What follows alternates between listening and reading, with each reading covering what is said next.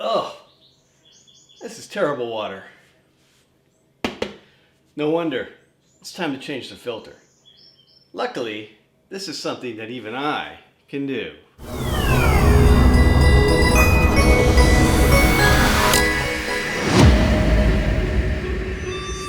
Okay, so before we replace the filter, let's check and see how much life this one has. If you push the filter button, you'll see 10% remaining. And this has been read for a little while, so they give you a fairly early notice about replacing these things.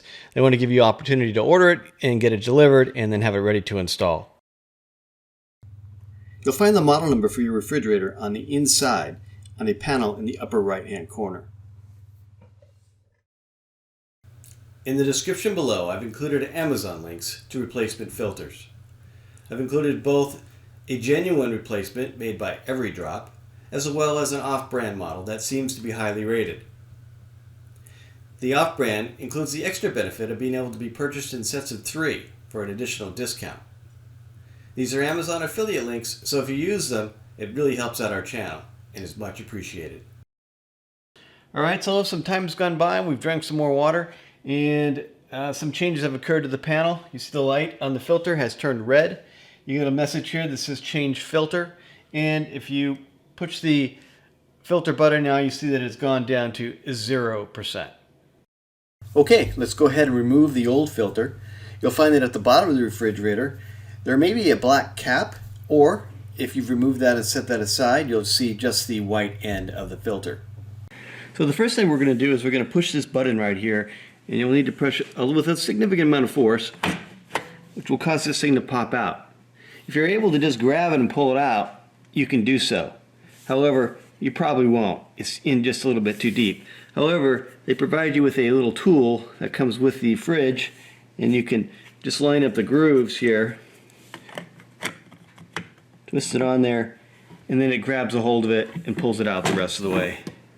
Keep in mind that when you handle the old filter, it will have water in it and will drip. Remove the cap off the new filter. Then align the new filter with the opening, turning it so that this protrusion is to the left and the filter inserts are vertical.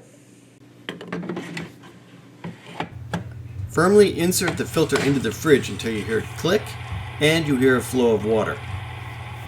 Now you will need to run several gallons of water through your new filter to remove any impurities in the filter itself. Because there is air in the line, it is normal for the water to spit and stutter during the first couple of glasses. I hate all the water that is wasted during this process, so I keep a bucket on hand, fill it up, and then dump it on the grass when I'm finished. Okay, this is probably my 25th glass of water. I think it's done. Now, the manufacturer, they tell you run 4 gallons of water through this thing after you've replaced it. 4 gallons of water, that's a Home Depot bucket is 5 gallons, so 80% of a Home Depot bucket. It's 32 glasses of water this size. So how much do you run through? They say 4 gallons. I do a minimum of 2 to 3. I go at least until it stops spitting and sputtering and then some. So it's up to you. It's your comfort level. Do what you want to do. But again, 4 gallons seems like a lot. Now, we need to reset our filter indicator so that it is ready to start counting down for the next time. So to reset the filter, we're going to hold the button to reset. So you're going to push, hold, and then it reverts to 99%. They don't give you that extra 1%. And there you go. Your filter is changed out, all set to go. Okay, so that's it for today.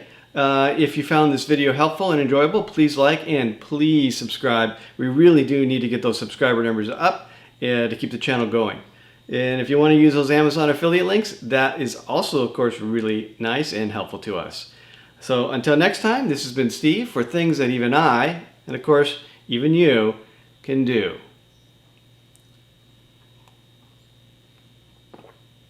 That is some fresh and clean and tasty water. See you next time.